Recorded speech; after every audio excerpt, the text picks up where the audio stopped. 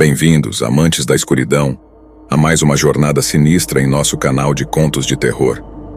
Preparem-se para mergulhar nas profundezas do desconhecido, onde sombras ganham vida e segredos ocultos emergem da escuridão. Hoje, temos uma história que irá arrepiar a espinha e deixar a sua mente inquieta. Mas antes de nos aprofundarmos nessa narrativa sombria, não se esqueça de se inscrever, ativar o sininho para receber notificações e deixar seu like, pois o terror aguarda por você. Prepare-se para ser transportado para um mundo onde a linha entre realidade e pesadelo se desfaz. Sem mais delongas, mergulhemos de cabeça em mais um conto que desafiará os limites da sua coragem. Luzes apagadas, fones de ouvido ajustados e que a escuridão nos guie nesta jornada sombria. Começamos agora.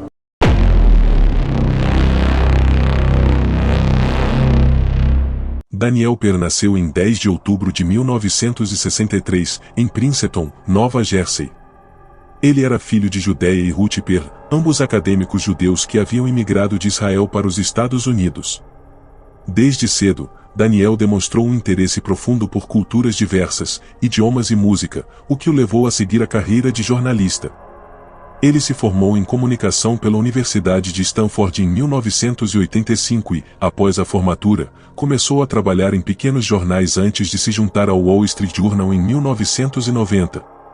Durante sua carreira, Pearl trabalhou em várias partes do mundo, cobrindo importantes eventos internacionais na Europa, no Oriente Médio e no Sudeste Asiático.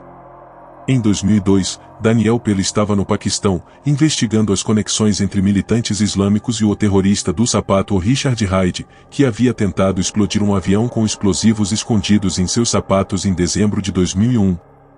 Na época, o Paquistão era um lugar extremamente perigoso para jornalistas, especialmente para aqueles que tentavam investigar grupos militantes e suas ligações com o terrorismo internacional.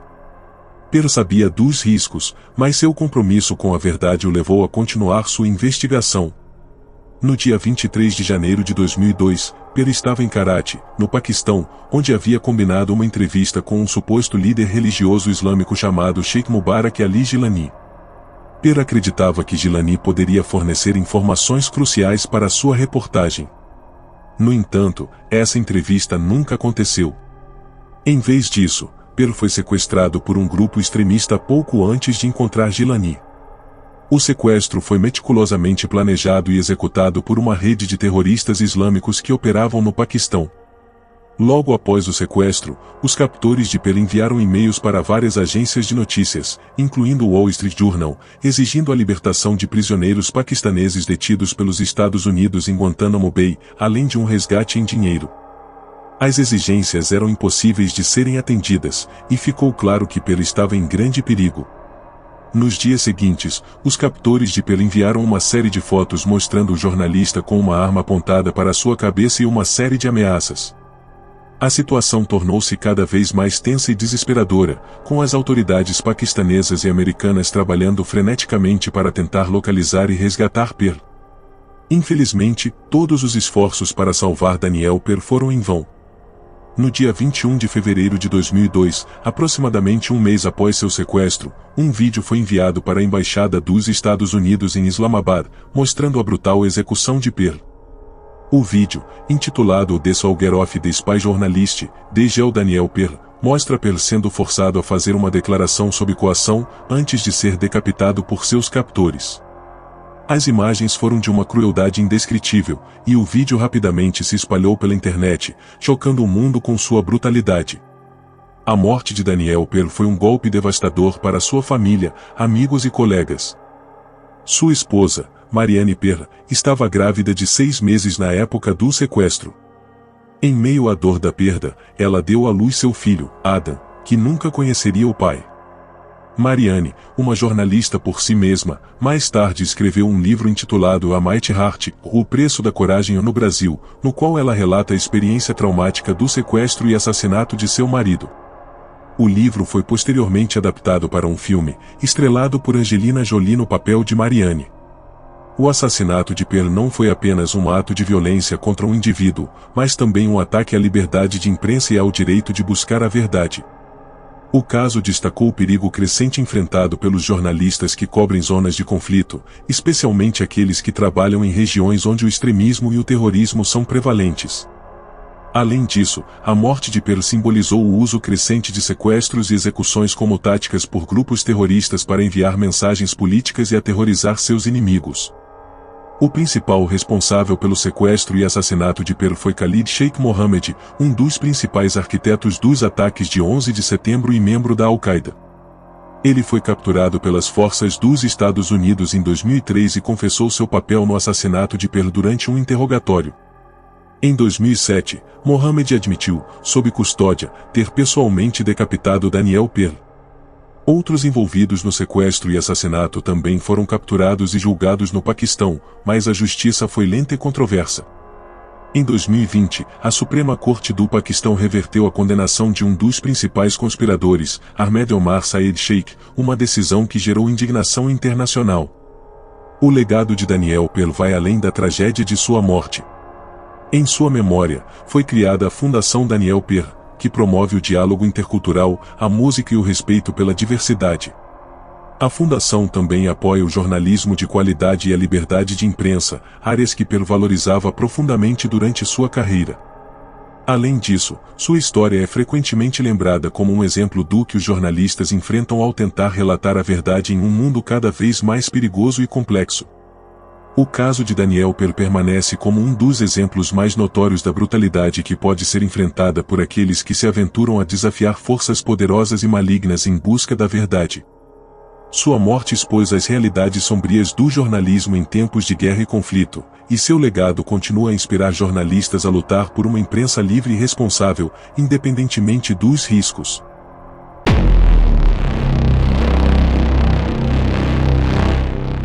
Jamal Khashoggi era um renomado jornalista saudita, conhecido por suas críticas ao governo da Arábia Saudita e, especialmente, ao príncipe herdeiro Mohammed bin Salman. Ao longo de sua carreira, Khashoggi havia trabalhado como editor, colunista e comentarista, tornando-se uma das vozes mais influentes do mundo árabe. Ele passou de um defensor do regime saudita a um crítico fervoroso, especialmente após a ascensão do príncipe herdeiro.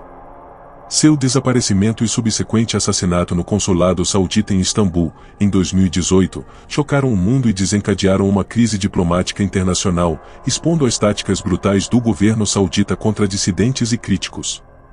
Jamal Khashoggi nasceu em Medina, na Arábia Saudita, em 13 de outubro de 1958. Ele era membro de uma família proeminente, com laços próximos à elite saudita.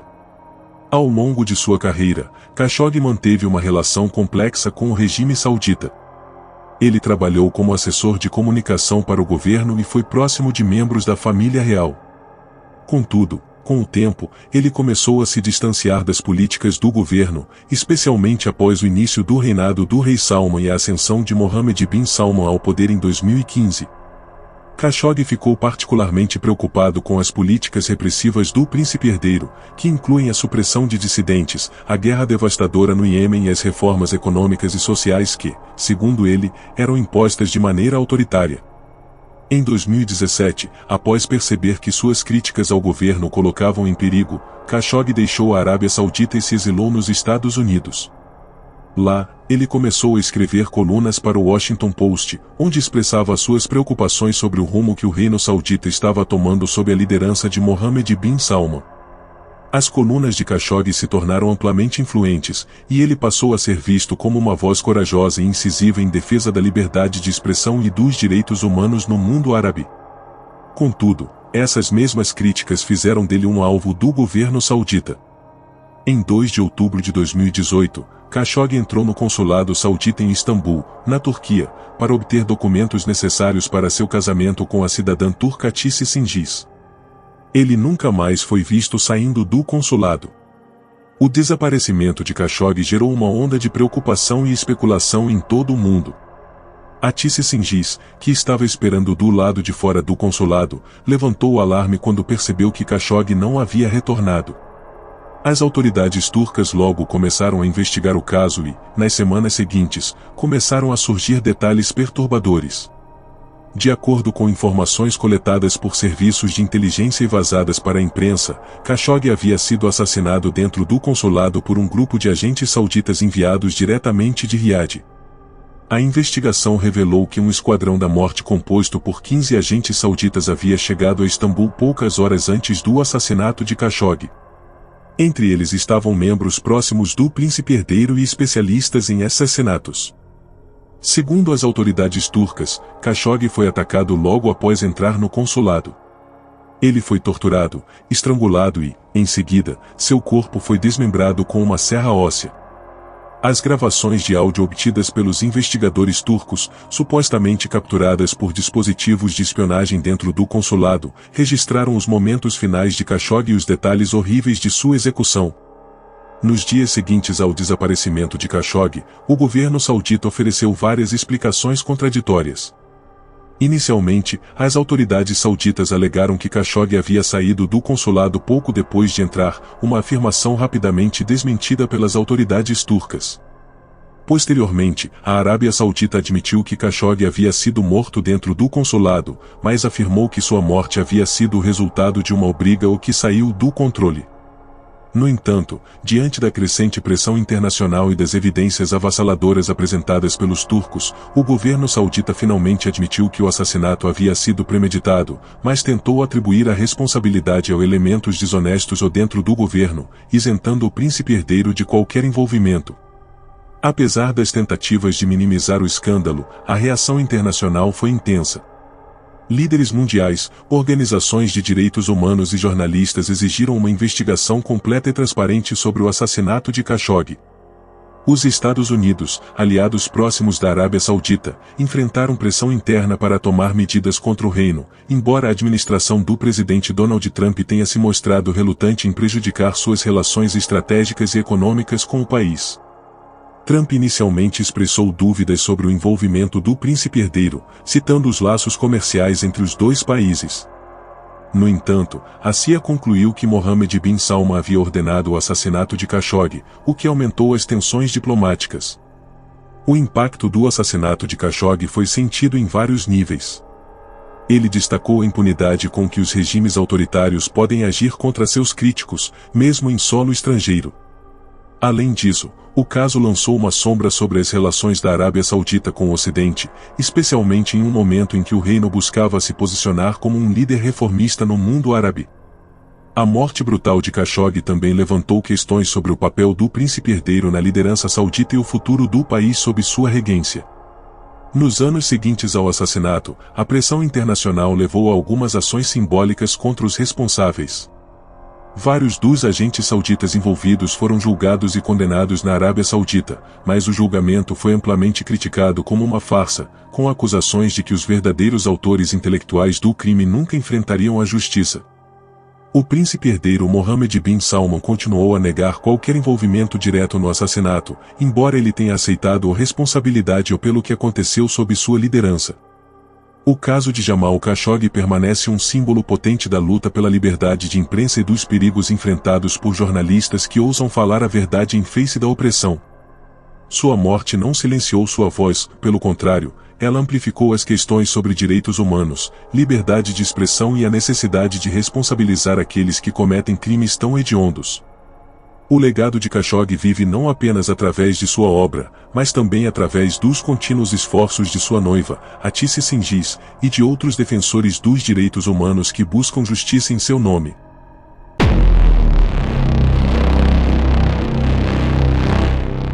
Marie-Catherine Colvin nasceu em 12 de janeiro de 1956, em Oyster Bay, Nova York. Desde jovem, Colvin demonstrou um profundo interesse pelo jornalismo e pela política internacional. Após se formar em antropologia pela Universidade de Yale, ela iniciou sua carreira como repórter, trabalhando primeiro para o United Press International, UPI, em Nova York e depois em Paris. Em 1986, Colvin foi contratada pelo jornal britânico The Sunday Times, onde trabalhou como correspondente estrangeira até sua morte. Colvin cobriu praticamente todos os principais conflitos internacionais de sua geração, incluindo a Guerra Civil do Líbano, a Guerra do Golfo, a Guerra da Bósnia, a Segunda Intifada, as guerras no Afeganistão e no Iraque, e muitos outros. Sua marca registrada era sua disposição inabalável de estar na linha de frente, relatando de perto as histórias das pessoas cujas vidas eram devastadas pela guerra. Ela acreditava que era essencial contar as histórias dos civis que sofriam em meio aos conflitos, muitas vezes ignorados pelos grandes meios de comunicação. A coragem de Colvin foi mais uma vez demonstrada em 2001, durante a Guerra Civil do Sri Lanka, quando ela perdeu o olho esquerdo após ser atingida por um estilhaço de granada enquanto cobria a ofensiva do governo contra os tigres tâmeis. Mesmo depois desse ferimento grave, que a obrigou a usar um tapa-olho preto pelo resto da vida, Colvin continuou a trabalhar em algumas das áreas mais perigosas do mundo.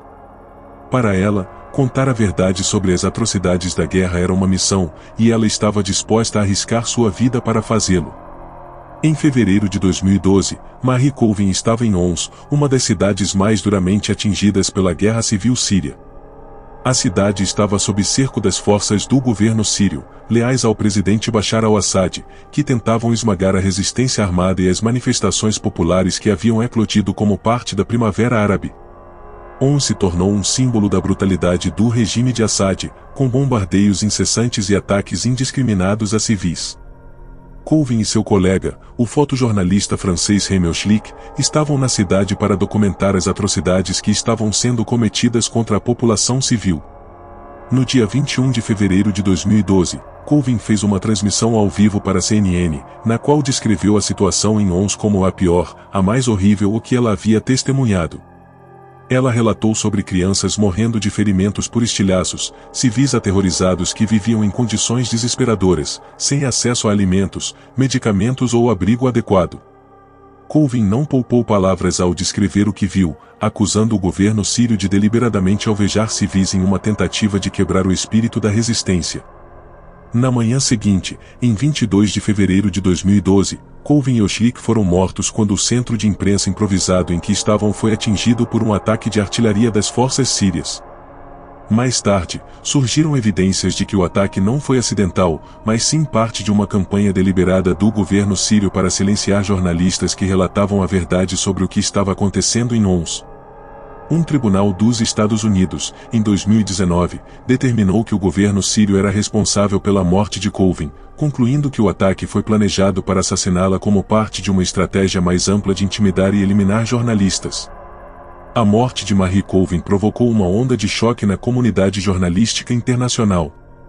Ela foi lembrada por colegas e amigos como uma repórter destemida, uma defensora incansável das vítimas da guerra e uma mulher com um profundo senso de justiça. Sua morte destacou o risco mortal enfrentado por jornalistas que trabalham em zonas de conflito, especialmente aqueles que se recusam a ser intimidados por regimes autoritários e insistem em contar a verdade, independentemente do perigo. Colvin recebeu inúmeros prêmios durante sua carreira, incluindo o Prêmio de Jornalismo Internacional Marta Geliornan e o Prêmio Anna Politkovskaya. Seu legado vive através de seu trabalho, que continua a inspirar jornalistas em todo o mundo a buscar a verdade em face da opressão. Em 2018, sua vida e trabalho foram celebrados no filme A Private War, no qual a atriz Rosamund Pike interpretou Colvin. O filme destacou não apenas a coragem de Colvin, mas também o alto preço emocional e físico que ela pagou por sua dedicação ao jornalismo. A história de Marie Colvin é um lembrete poderoso do papel vital que os jornalistas desempenham em tempos de guerra. Eles são, muitas vezes, as únicas testemunhas das atrocidades que ocorrem nas sombras, arriscando suas vidas para garantir que o mundo saiba o que está acontecendo. Colvin entendia que contar essas histórias não era apenas uma profissão, mas um dever moral. Em suas próprias palavras, nosso trabalho é testemunhar e não ser silenciados. Mesmo em sua morte, a voz de Marie Colvin continua a ecoar, lembrando-nos da importância de defender a verdade, independentemente do custo.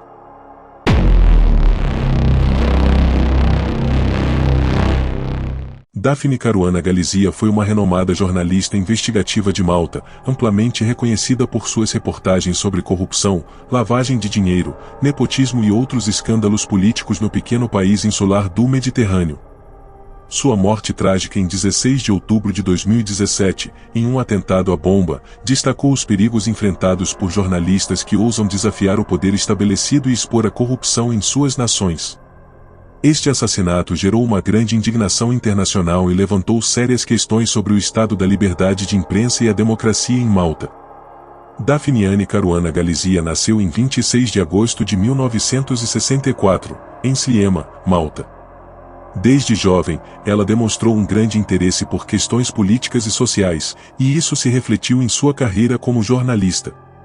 Ao longo de mais de 3 décadas, Daphne construiu uma reputação como uma das vozes mais influentes e destemidas da mídia maltesa. Ela era conhecida por seu blog, Running Commentary, que se tornou uma plataforma essencial para a denúncia de casos de corrupção em Malta. Seu trabalho frequentemente provocava polêmica, pois ela não hesitava em criticar abertamente figuras poderosas, tanto no governo quanto no setor privado. Ao longo dos anos, Daphne revelou uma série de escândalos envolvendo políticos malteses, empresários e outros membros da elite. Entre suas investigações mais notáveis estavam as relacionadas aos Panama Papers, onde ela expôs conexões entre altos funcionários malteses e empresas offshore que eram usadas para ocultar riqueza e evitar impostos. Seus alvos incluíam figuras importantes do governo, como o então primeiro-ministro Joseph Muscat, seu chefe de gabinete Keith Schembri, e o ministro Conrad Mizzi. As denúncias de Daphne indicavam que esses e outros indivíduos estavam envolvidos em esquemas de corrupção e lavagem de dinheiro que comprometiam seriamente a integridade do governo maltês. Apesar das inúmeras ameaças que recebeu ao longo de sua carreira, Daphne Caruana Galizia continuou a investigar e publicar suas descobertas. Ela enfrentou vários processos judiciais, muitos deles considerados como SLAPPS e Strategic Lawsuits Against Public Participation, destinados a silenciá-la e intimidá-la. Além disso, ela e sua família foram alvo de campanhas de difamação e intimidação, incluindo ameaças de morte. No entanto, ela permaneceu firme em sua missão de expor a verdade. Em 16 de outubro de 2017, por volta das 15 horas, Daphne Caruana Galizia foi assassinada em Bidnija, perto de sua casa, quando uma bomba colocada em seu carro foi detonada. A explosão foi tão poderosa que o veículo foi lançado a várias centenas de metros, e os destroços ficaram espalhados por um campo próximo. O atentado foi um choque para a nação e para a comunidade internacional, levando a uma onda de protestos e manifestações exigindo justiça e responsabilização. O brutal assassinato de Daphne foi amplamente visto como uma tentativa de silenciar a liberdade de imprensa em Malta e enviar uma mensagem clara a outros jornalistas e ativistas. A investigação sobre o assassinato de Daphne foi inicialmente conduzida pelas autoridades maltesas, mas logo enfrentou críticas generalizadas por sua lentidão e falta de transparência. Houve suspeitas de interferência política, dado o alto nível de corrupção que ela havia exposto e o envolvimento de figuras poderosas em suas reportagens. Em dezembro de 2017, 3 homens foram presos e acusados de envolvimento direto no atentado, mas as questões sobre quem ordenou e financiou o assassinato continuaram sem resposta. Em 2019, uma investigação jornalística independente internacional, conhecida como Projeto Daphne, foi lançada por um consórcio de jornalistas de todo o mundo. O objetivo era continuar o trabalho de Daphne e garantir que a verdade sobre seu assassinato fosse descoberta. O consórcio revelou novas evidências e conexões que sugeriam que o assassinato de Daphne estava ligado às suas investigações sobre corrupção no governo maltês e nos círculos empresariais. Uma grande reviravolta no caso ocorreu em novembro de 2019, quando Jorgen Fenech, um influente empresário maltês com fortes laços políticos, foi preso enquanto tentava deixar o país a bordo de seu iate. Fenech foi acusado de ser o mandante do assassinato de Daphne Caruana Galizia. A investigação revelou que Fenech era proprietário de uma empresa secreta em Dubai chamada 17 Black, que havia sido mencionada nos Panama Papers e que Daphne estava investigando antes de sua morte. Acredita-se que 17 Black tenha sido usada para canalizar subornos para figuras políticas maltesas, incluindo Keith Schembri e Conrad Mizzi. A prisão de Fenech gerou uma crise política em Malta, com protestos em massa pedindo a renúncia de altos funcionários do governo. Em dezembro de 2019, o primeiro-ministro Joseph Muscat anunciou que deixaria o cargo, após ser pressionado por seu suposto envolvimento no caso e por sua ligação com os suspeitos. O chefe de gabinete de Muscat, Keith Schembri, também foi implicado nas investigações, mas negou qualquer envolvimento. A investigação e os processos judiciais sobre o assassinato de Daphne Caruana Galizia continuam, mas o caso revelou as profundas divisões e a corrupção sistêmica dentro do sistema político e judicial de Malta. Além disso, a morte de Daphne expôs as graves ameaças enfrentadas pelos jornalistas que ousam investigar o poder e a corrupção em seus países. O legado de Daphne Caruana Galizia vive através do trabalho contínuo de jornalistas, ativistas e organizações de direitos humanos que continuam a lutar por justiça em seu nome. Seu assassinato serviu como um sombrio lembrete dos perigos do jornalismo investigativo, mas também inspirou uma renovada determinação de proteger a liberdade de imprensa e responsabilizar aqueles que usam a violência para silenciar a verdade. A luta por justiça para Daphne Caruana Galizia continua sendo um símbolo da luta global contra a corrupção e a repressão.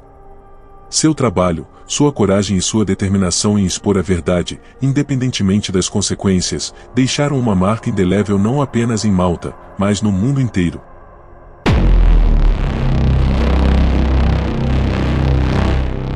Victoria Marinova era uma jornalista búlgara e apresentadora de televisão cuja morte trágica em 2018 chocou a Europa e o mundo, levantando sérias preocupações sobre a segurança dos jornalistas e a liberdade de imprensa em uma era de crescente intimidação e violência contra profissionais da mídia. Em uma carreira relativamente curta, Marinova destacou-se por seu trabalho investigativo, particularmente em relação à corrupção e fraudes envolvendo fundos da União Europeia, SUE, na Bulgária. Seu assassinato gerou uma onda de indignação e foi rapidamente associado ao trabalho que vinha realizando, embora as investigações subsequentes tenham trazido à tona questões mais complexas.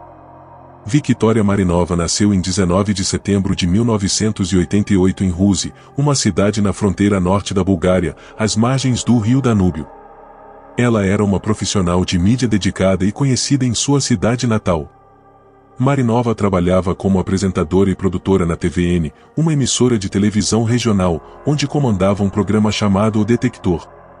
Esse programa de atualidades tratava de uma série de tópicos, desde questões sociais até investigações mais profundas sobre corrupção. Marinova tinha uma presença carismática e era admirada por sua habilidade de abordar questões difíceis com clareza e sensibilidade.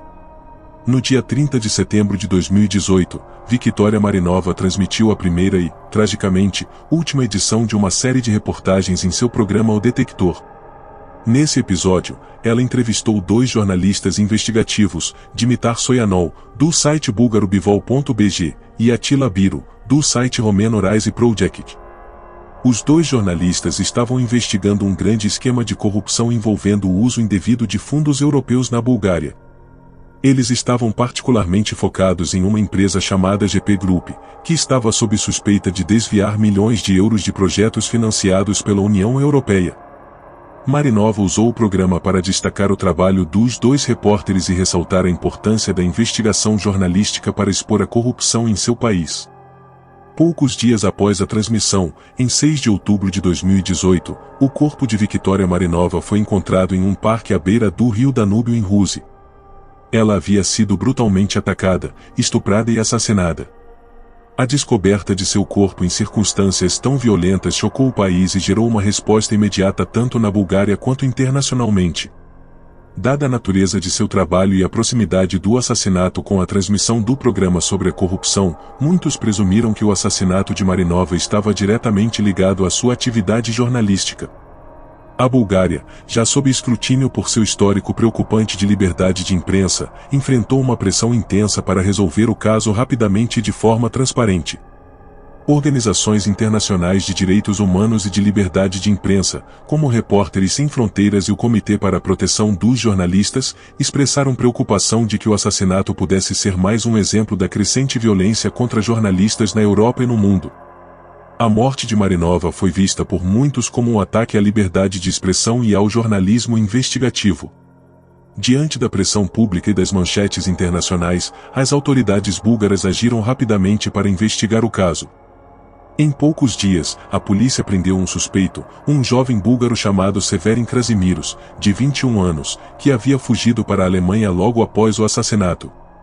Krasimiros foi extraditado de volta para a Bulgária e, durante os interrogatórios, ele confessou o crime. Ele afirmou que o ataque não foi premeditado e que havia encontrado Marinova por acaso no parque, onde, sob a influência de álcool e drogas, decidiu atacá-la. O anúncio da prisão de Krasimiros e suas alegações de que o ataque não estava relacionado ao trabalho jornalístico de Marinova geraram um misto de alívio e ceticismo. Embora muitos tenham ficado aliviados por um suspeito ter sido rapidamente identificado e preso, outros, especialmente na comunidade jornalística, expressaram dúvidas sobre as conclusões oficiais. Havia preocupações de que as autoridades búlgaras estivessem tentando encobrir a verdadeira motivação por trás do assassinato para evitar mais escrutínio internacional sobre o estado da liberdade de imprensa no país. A Bulgária, de fato, tem um histórico preocupante quando se trata de liberdade de imprensa. No momento da morte de Marinova, o país ocupava a 111ª posição no Índice Mundial de Liberdade de Imprensa da Repórteres Sem Fronteiras, a pior classificação de qualquer país da União Europeia. A corrupção endêmica, a interferência política e as ameaças contra jornalistas são questões há muito conhecidas na Bulgária, o que levou muitos a questionar se o assassinato de Marinova havia sido realmente motivado apenas por um crime aleatório e não por seu trabalho investigativo.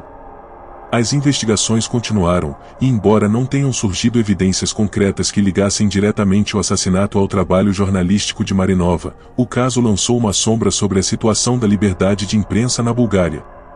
Organizações de direitos humanos continuaram a pressionar por mais proteção para jornalistas e por um ambiente mais seguro e transparente para a prática do jornalismo investigativo no país.